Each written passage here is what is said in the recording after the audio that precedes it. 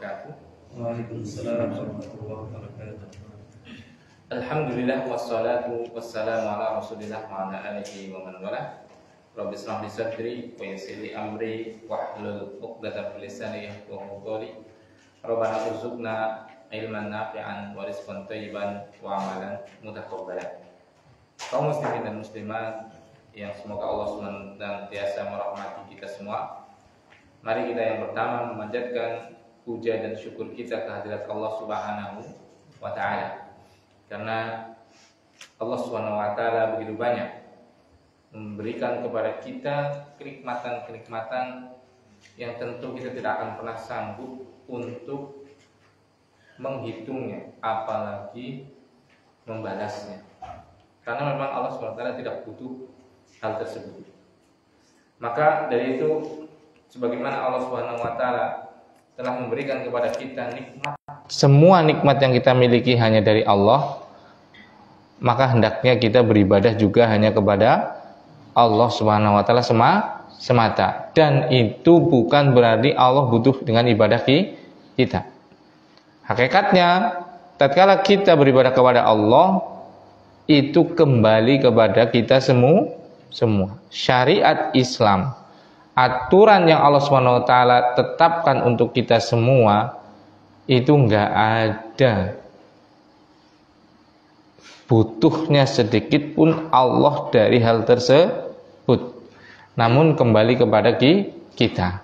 Salawat dan salam semoga tercurahkan kepada Nabi kita yang mulia Muhammad sallallahu alaihi wasallam, kepada sahabatnya, keluarganya, dan seluruh kaum muslimin dan muslimat yang senantiasa mengamalkan ajaran beliau sallallahu alaihi wasallam.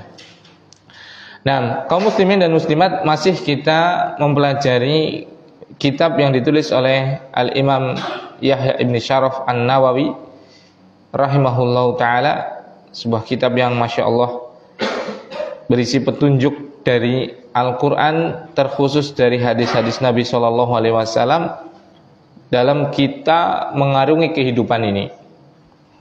Yang pertama tentang niat, yang kedua bab tentang apa? Taubat, dan yang sekarang bab tentang sabar. Nah, itu Masya Allah menjadikan hidup kita lebih terarah, menjadikan hidup kita lebih tenang, menjadikan diri kita ada yang mengendalikan, yaitu ilmu. Sehingga kehidupan kita betul-betul menjadi kehidupan yang bermakna, penuh ketenangan, penuh kedamaian. Ya, karena hakikatnya Allah menurunkan dan memberikan aturan, yaitu berupa syariat ini, ya untuk itu sebenarnya, agar orang itu apa? Tenang. Agar orang itu apa? Bahagia. Dan puncaknya adalah agar orang selamat dunia dan akhirat. Nah, kita sampai kepada bab yang ketiga, yaitu bab tentang sabar. Yang mana barakallahu fikum, kita sampai kepada hadis yang ke-35. Kemarin sudah dibaca sedikit ya. Kita ulangi ya.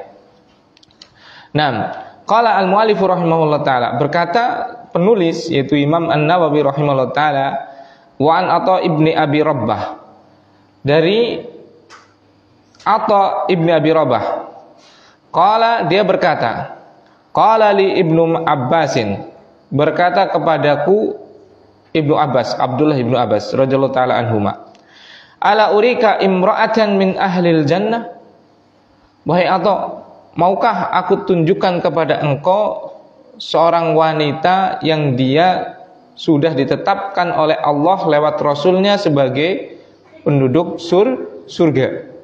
Bala, kata Atha, muridnya ini, seperti itu.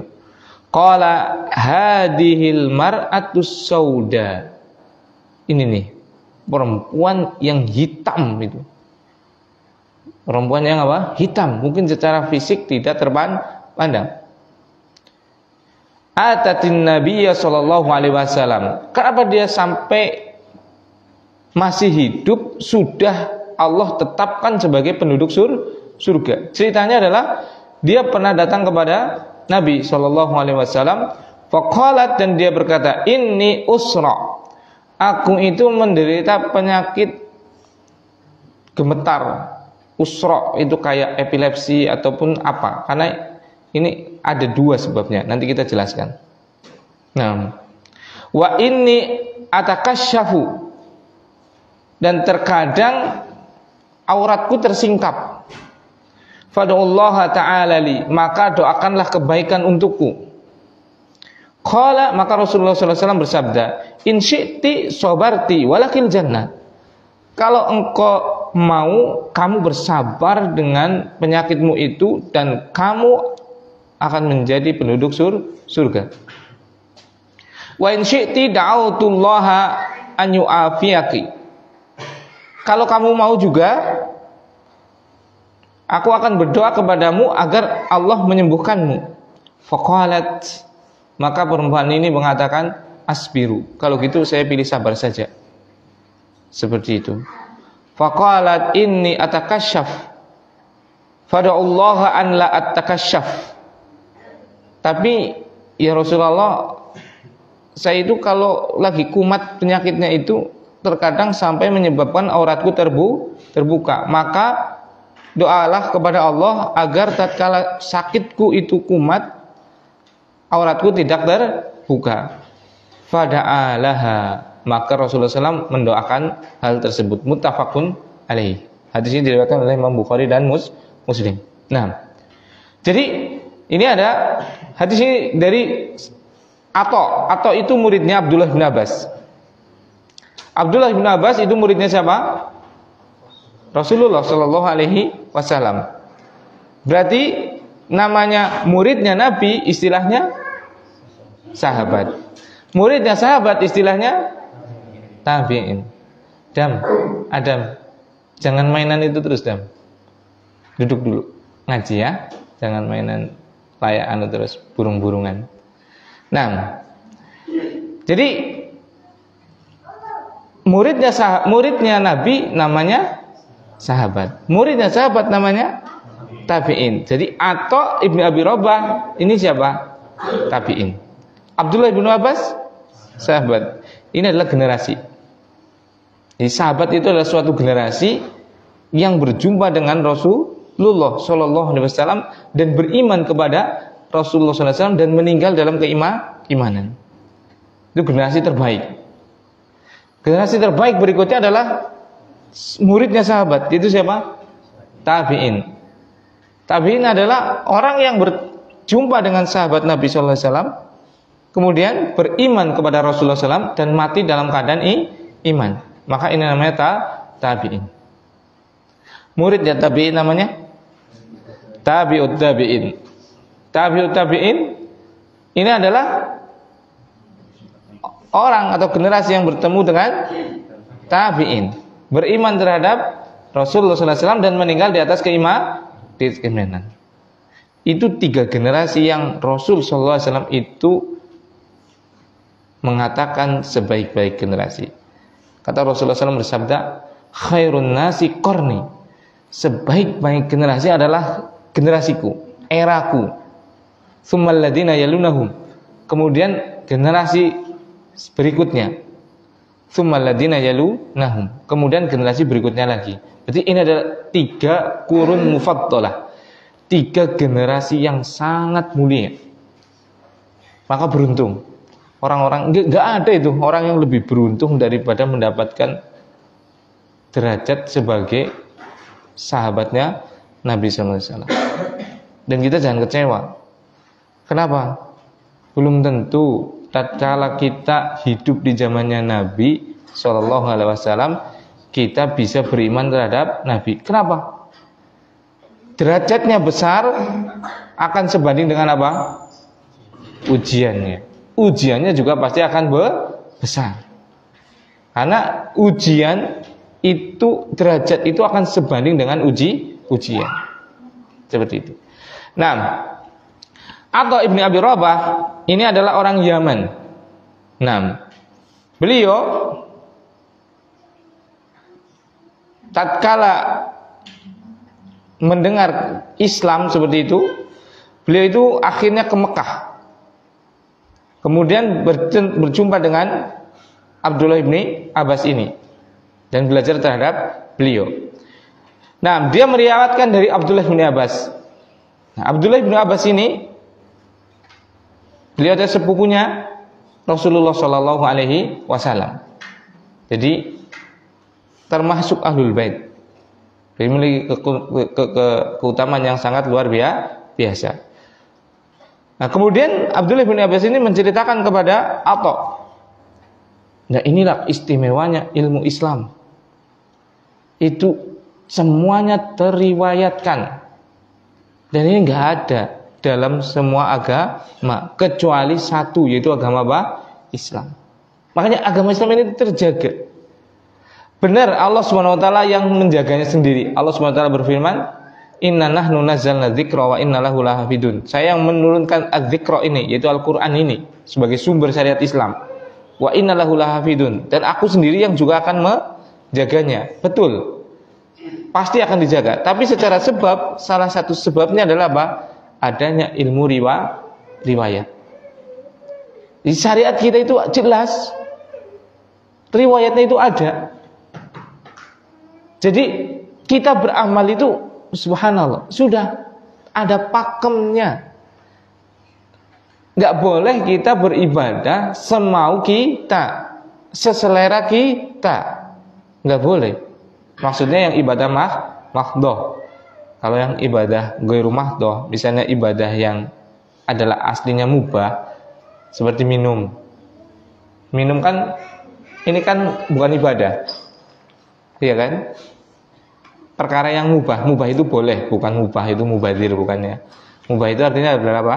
Boleh. Ini kan bisa jadi ibadah. Kapan? Kalau kita menghadirkan niat di minum ini. Kita minum agar tulang kita sehat, badan kita sehat sehingga bisa beribadah. Itu maka apa? Cukup menghadirkan niat. Itibaknya minumnya nganggo bokor apa nganggo cangkir seperti itu terserah, nggak ada masalah. Nggak mesti harus sama seperti itu. Dulu Rasulullah pakai kirbah. Kirbah itu kulit yang digunakan untuk apa? Menyimpan tempat air kemudian digunakan minum. Sekarang nggak ada kirbah, berarti gimana? Bid'ah. Siang enggak. Seperti itu. Yang perkara mubah itu adalah tadi. Dia cukup menghadirkan apa? Niat. Seperti itu. Kita niatkan untuk beribadah kepada Allah, maka menjadi ibadah. Nah itu. Tapi kalau yang ibadah murni seperti sholat, zakat, puasa, zikir, haji, itu ibadah murni itu nggak boleh. Kita cukup ikhlas itu nggak boleh. Tapi harus ikhlas dan harus ittiba. Ittiba itu ngetut Kanjeng Nabi SAW. Kanjeng Nabi subuh 2 rakaat, nggak boleh kita itu apa? 3 rakaat, nggak boleh. Kanjeng Nabi duhur 4 rakaat, nggak boleh kita berapa? 5 rakaat.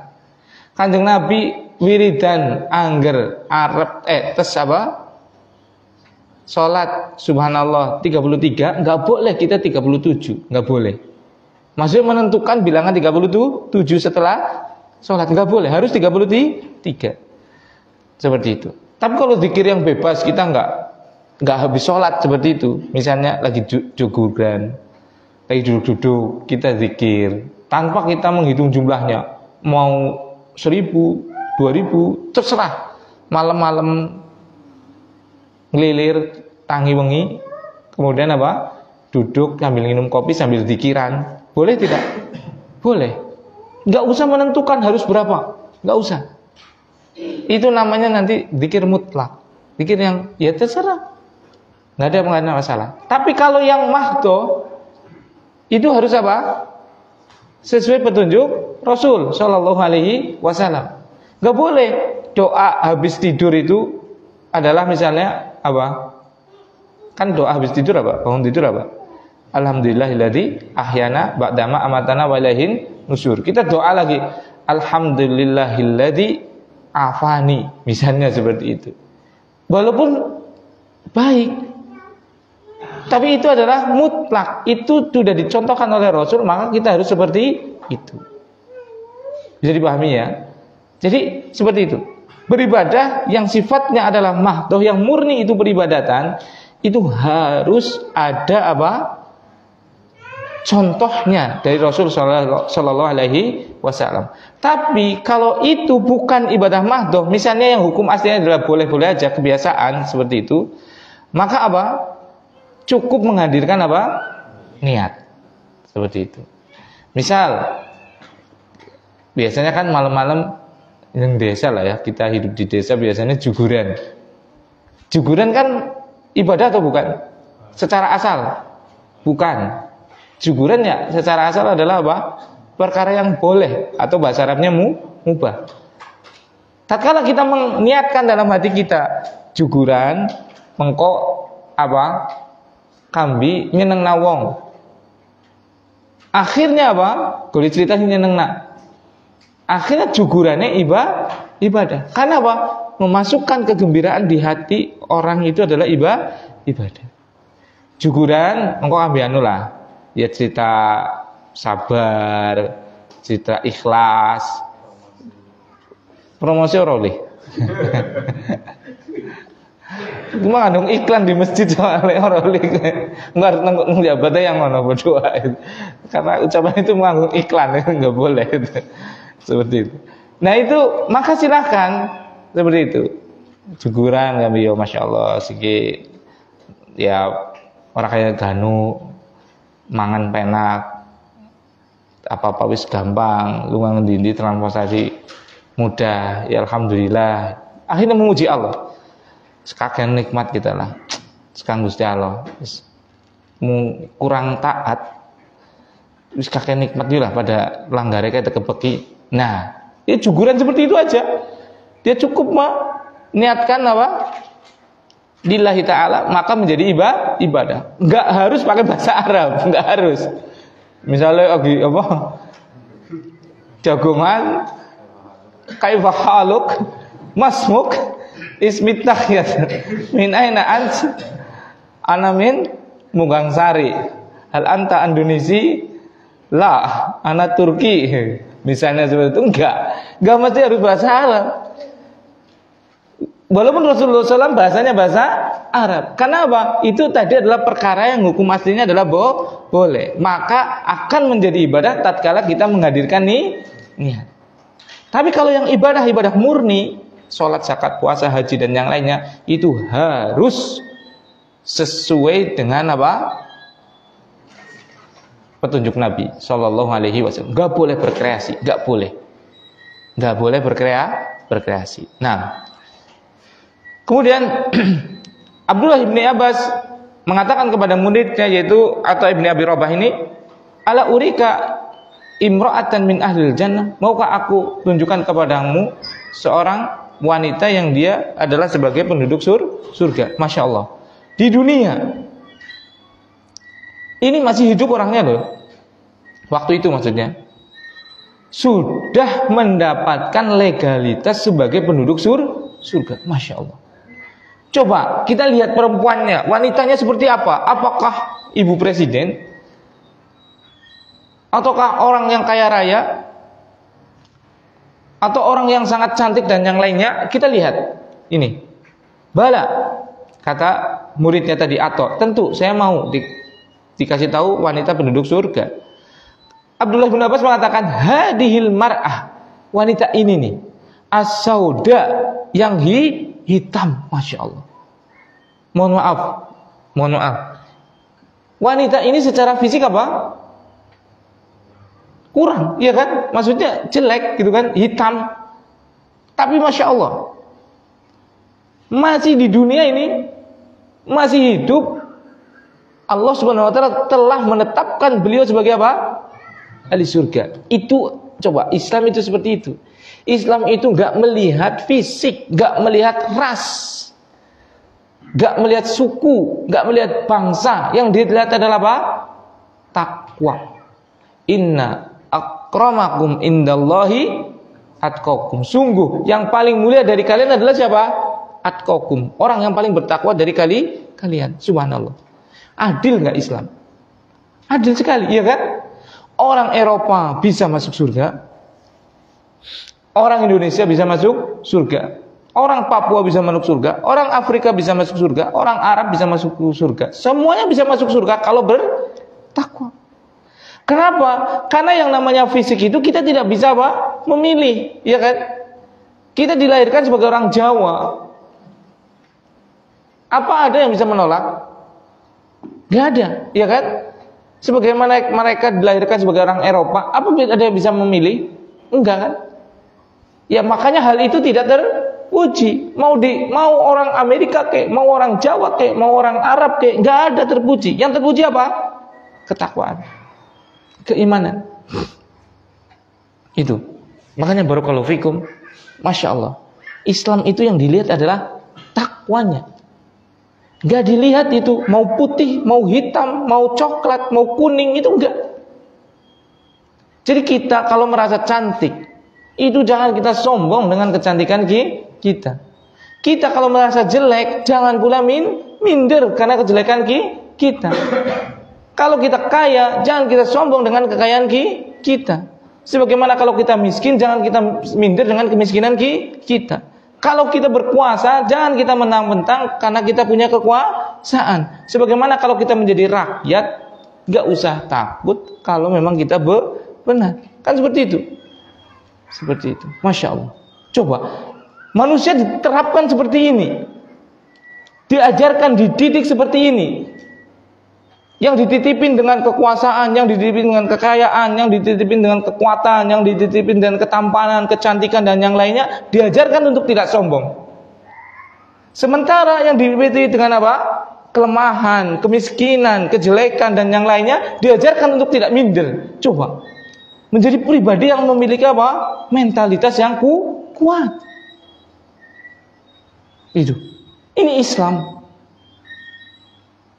Mengajarkan pribadi untuk memiliki mentalitas yang baik. Kaya tidak sombong, miskin tidak perlu menghinakan diri. Dipuja gak harus terbang, sebagaimana dihina gak harus tumbang. Itu adalah muslim. Itu, masya Allah. Ini didikan apa? Syariat kita yang mulia, sallallahu alaihi wasallam. Kan sekarang coba, sampai ini menjangkiti kita, orang muslim. Sugih setitik, orang kena kepitek. Dan mainannya nanti ya. Sugih setitik, orang kena kepitek layangan. Kere setitik, mindere boleh. Yuk pada ngone kayu. Isin loh. Yang tanu wong ora duwe, katanu wong sugih. Seperti itu kan sering. Sebagaimana sing sugih kayak aibrian kayak ngene sapa ngene kae ini kayak lalu wong kere apa nyong isin lah tilik wong kere. Nah itu yang menjadi apa? Pandangan adalah apa? Status sosial. Islam tidak. Bahkan dalam satu hadis Rasulullah SAW bersabda, innallaha la yanduru ala suwarikum. Sesungguhnya Allah itu tidak melihat kepada bentuk rupa kalian, tapi yang dilihat adalah apa? Qulubikum, ila qulubikum, kepada apa? Hati-hati kalian. Masya Allah. Adakah syariat yang lebih baik daripada syariat ini ya kaum muslimin? Gak ada. Jenengan ada di atas syariat ini loh. Betapa beruntungnya kita. Bahkan kita brojol itu sudah di atas syariat Islam. Masalahnya kita punya pusaka yang luar biasa, tapi kita tidak memahaminya. Kenapa? Karena kita tidak mempelajarinya. Itu loh. Masya Allah. Makanya kalau orang Islam itu kembali kepada syariatnya, Masya Allah, itu sudah itu. Pasti orang Islam itu betul-betul akan apa? Mulia di dunia, terlebih di akhirat. Itu pasti itu. Dan itu sudah berulang kali terjadi. Tatkala kaum muslimin, generasi muslimin itu kembali kepada agamanya, itu mereka betul-betul akan menjalin dalam masa yang sangat gemilang. Zaman sahabat Umar radhiyallahu taala anhu, 2/3 dunia di atas Khalifah Umar, di atas kepemimpinan Umar. Sampai itu belum lama itu. Turki Utsmani itu terakhir itu khalifah, kekhilafahan terakhir itu. Itu coba, negara yang kuat banget kan. Hancur. Kenapa? Karena apa? Syariatnya tidak dipelajari. Syariatnya tidak diamalkan. Makanya orang-orang kafir, musuh-musuh kaum muslimin itu gak pernah takut kecuali kalau orang Islam itu mulai kembali ke sini nih. Mulai belajar Iqra, mulai belajar Al-Quran, itu mereka sudah takut itu. Pasti takut. Karena apa? Dari sinilah kemuliaan kaum muslimin itu akan ada. Seperti itu. Barakallahu fikum. Makanya gak langsung dimurtadkan orang Islam itu. Susah untuk memurtadkan karena iman itu sudah tertanam. Tapi akan dimurtadkan sedikit demi sedikit.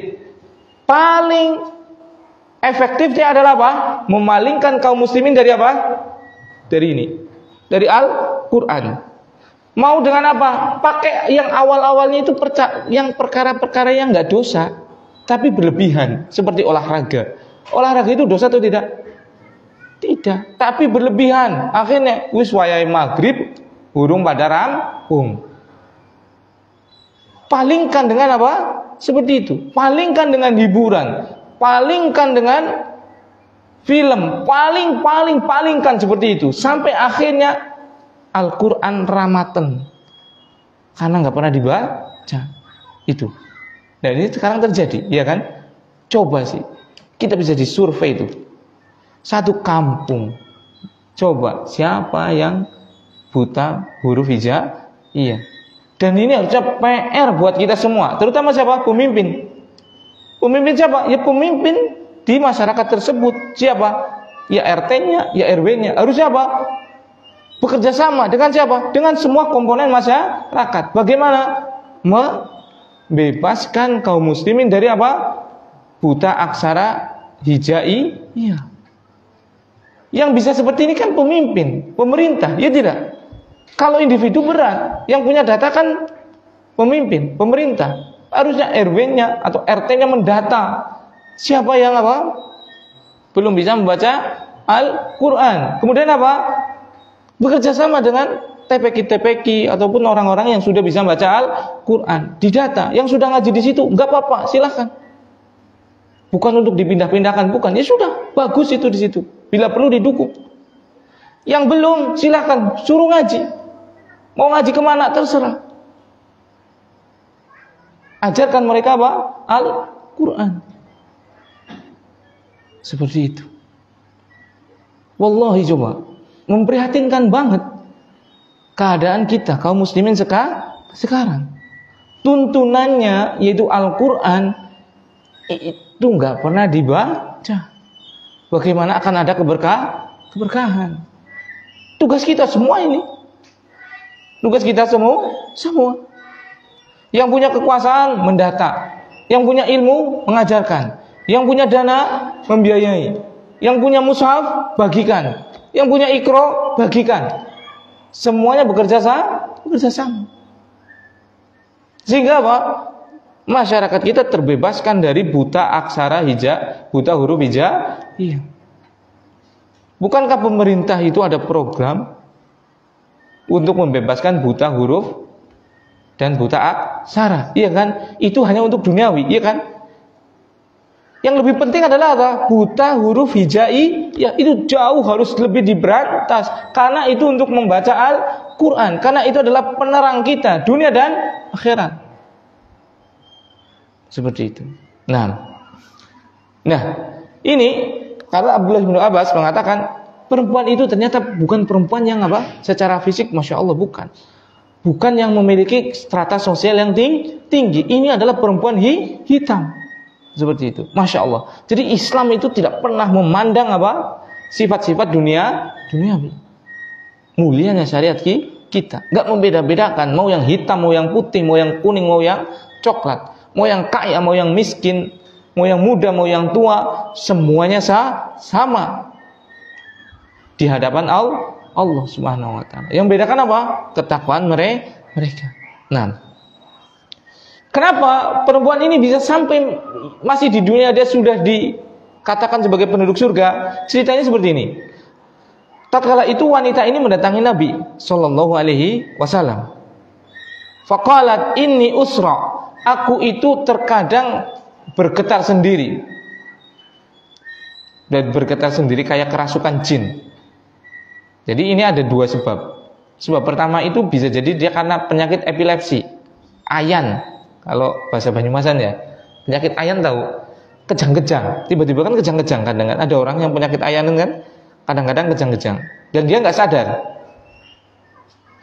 Nah, kejang-kejang ini ada dua. Memang karena tadi ada urat atau saraf yang bermasalah sehingga dia menderita penyakit ayan tadi atau epilepsi atau apa seperti itu.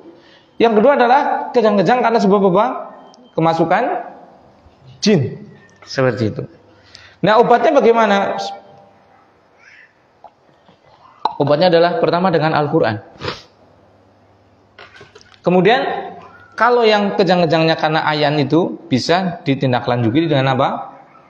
Ke medis, ke rumah sakit atau ke dokter. Nah, kalau yang tadi karena kemasukan jin, maka obatnya adalah dengan apa? Diusir jin tersebut. Diusir dengan apa? Mungkin membaca Al-Quran dan yang lainnya. Bisa juga dengan tindakan pencegahan preventif agar kita jangan sampai kemasukan jin. Karena jin itu ya sama dengan manusia lah. Jin itu ya manusia ada yang muslim, jin juga ada yang muslim. Manusia ada yang kafir, jin juga ada yang kafir.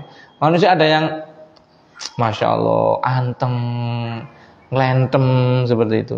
Tapi manusia juga ada yang petakilan, akeh malah, ya kan? Ya pada baik. Jin juga ana sing ngelentem, ana sing petakilan. Kadang ya ana sing jahil. Nah itu. Makanya preventifnya adalah tindakan pencegahannya apa? Kita itu selalu zikir kepada Allah, terutama zikir pagi dan petang. Itu. Misalnya dengan membaca apa? Zikir pagi dan petang, Al-Ikhlas 3 kali, Al-Falaq 3 kali, An-Nas 3 kali, dan yang lainnya. Zikir-zikir yang sudah disyariatkan oleh syariat Islam. Nah seperti itu. Jadi wanita ini kadang-kadang kejang. Makanya dia datang kepada Rasulullah SAW. Coba. Jadi Rasulullah SAW itu adalah sumber segala solusi. Betul-betul mengkasih solusi. Jadi ulama itu pasti akan ulama kan warisatul anbiya. Ulama kan pewaris Nabi. Pasti dia akan mengasih solusi. Tahu dia. Sampai pun masalah yang sifatnya duniawi, dia pasti akan kasih solusi. Coba aja sih. Kita datang ke ustadz misalnya atau ke kiai, ustadz saya kehidupan saya seperti ini, pasti akan memberikan solusi. Kalau memang betul-betul dia adalah ustadz atau kiai robbani yang betul-betul punya ilmu, pasti ada solusi dari dia. Wah lumayan gitu, nyorot dari modal nggak tekalarin ustadz cuma taruh lain, itu kasih solusi nanti. Coba aja sih, datang ustadz, ya usahanya lagi mandek karena modal kok. Ya ngene-ngene. Pribesanane Ustaz. Ya macam-macam. Bisa dengan apa? Jual aset, kan bisa. Modal, ya kan? Mungkin jual motornya atau jual mobilnya atau apalah seperti itu untuk modal. Kalau enggak, mungkin dengan apa? Mana emang Ustaz motornya nggolet kangelan kok. Ya motornya dijadikan jaminan, utang. Seperti itu. Nah, dan yang lainnya ada solusi, dikasih solusi yang sesuai dengan syariat. Begitu juga ini. Makanya para sahabat tatkala memiliki masalah itu datang ke Nabi Shallallahu Alaihi Wasallam untuk apa? Mencari solusi. Dan itu kalau bisa kita itu cari solusi kepada orang-orang yang berilmu, karena dia akan memberikan solusi yang sesuai dengan aturan Allah, yang sesuai dengan syariat Allah. Jangan sampai kita mencari solusi kepada orang-orang yang tidak mengetahui hukum Allah. Hukum Allah. Dari maling BRI kok gampang kok. Seperti itu. Tanda tangan tulis gampang. Ya betul, dia memberikan solusi adanya pinjaman, tapi juga memberikan apa? Musibah, karena harus berurusan dengan apa? Bank ribawi. Kan seperti itu. Nggak boleh. Kan seperti itu. Nah, makanya ini para sahabat tatkala ada masalah beliau datang kepada Nabi sallallahu alaihi wasallam. Kemudian setelah mengatakan seperti itu, beliau menyebutkan, yaitu wanita ini atakasyahu. Aku pas lagi kumat itu terkadang auratku terbuka. Fad'ullaha li, maka doakan kebaikan untuk aku ya Rasulullah sallallahu alaihi wasallam. Seperti itu. Boleh kita meminta doa kepada Rasul. Berarti boleh nggak minta doa kepada pewarisnya Rasul? Siapa pewaris Rasul? Para ulama. Boleh nggak berarti? Boleh. Iya kan? Meminta doa kepada ustadz, meminta doa kepada kiai boleh. Dengan syarat ustadznya masih hidup. Ustadznya ada. Silahkan minta didoakan. Dan ustadznya betul-betul ustadz, bukan mustad, ya kan? Kan ada ustad, ada yang mustad, ada kiai, ada yang nyai, kan? Kiai ya kiai beneran yang ngajarin orang untuk wudu, yang ngajarin orang alif bata a, alif kasroh i, alif doma u, a i u, gitu kan? Itu kiai itu kan? Kan ada yang nyai ya tampangnya kayak kiai, enggak kon ditekani, didaluki doa, kok ya tahu sendirilah ujung-ujungnya adalah apa? Seperti itu. Begitu juga ustadz kan ya ada gitu ya. Siapapun itu. Jadi minta doa kepada orang soleh yang masih hidup dan ada, yang betul-betul orang itu soleh, maka boleh. Sebagaimana para sahabat meminta kepada Nabi untuk didoakan. Dan ulama adalah pewaris Nabi. Seperti itu. Kemudian Rasulullah SAW bersabda, in syi'ti sobarti walakil jannah. Kalau engkau diberikan dua pilihan. Pilihan pertama, engkau sabar dengan penyakit tersebut dan engkau menjadi penduduk surga. Masya Allah. Kemudian pilihan kedua, in syi'ti da'autullaha an yu'afiyaka. Kalau engkau mau, pilihan yang kedua adalah aku akan berdoa kepada engkau agar Allah menyembuhkan engkau. Masya Allah. Coba orang muslim, orang mukmin, apalagi sahabat, orang yang imannya paling tinggi, tentu akan memilih kehidupan yang abadi, kehidupan yang kekal. Ini menunjukkan cerdasnya akalnya para sahabat. Apa yang dipilih oleh sahabat ini? Asbiru. Kalau gitu saya sabar. Memilih surga, walaupun di dunia harus apa? Sakit. Coba. Makanya kaum muslimin dan muslimat, saya nasihatkan kepada diri saya pribadi, kemudian kepada kaum muslimin sekalian. Kita di dunia memang diuji, ya tidak? Kadang kita diuji dengan sakit. Kadang kita diuji dengan apa? Kekurangan rizki, kesempitan rizki. Kadang kita diuji dengan ini dan itu, ya tidak? Sabar. Dengan sabar dan kita tetap di atas keimanan, dan kita tetap berharap pahala dengan ujian tadi, insya Allah walakum jannah. Jannah, surga untuk kalian, surga untuk kita. Sebagaimana apa?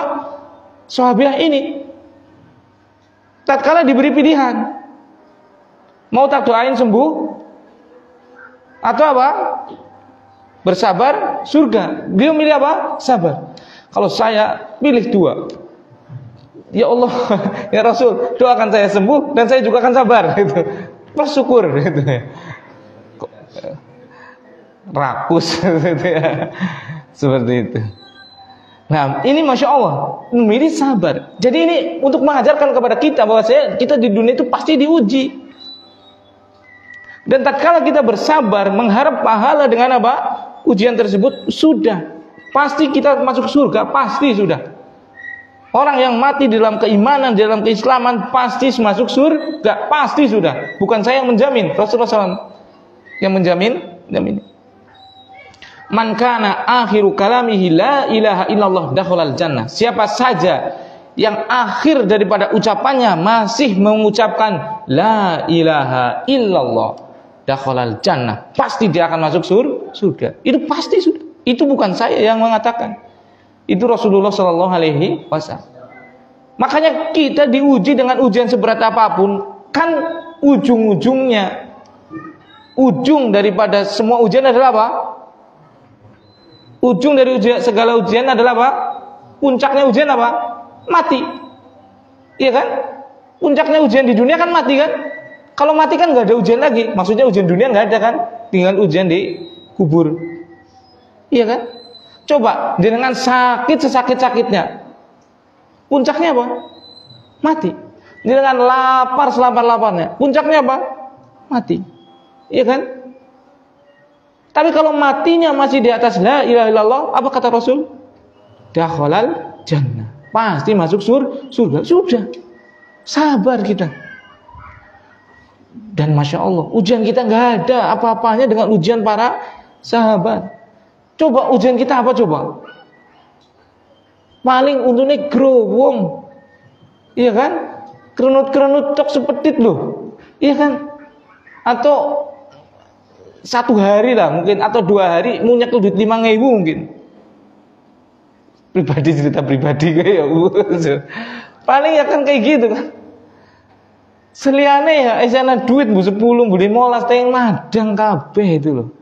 Ujian kita itu Masya Allah, gak ada apa-apanya dibandingkan dengan ujian para sahabat, apalagi para nabi. Seperti itu.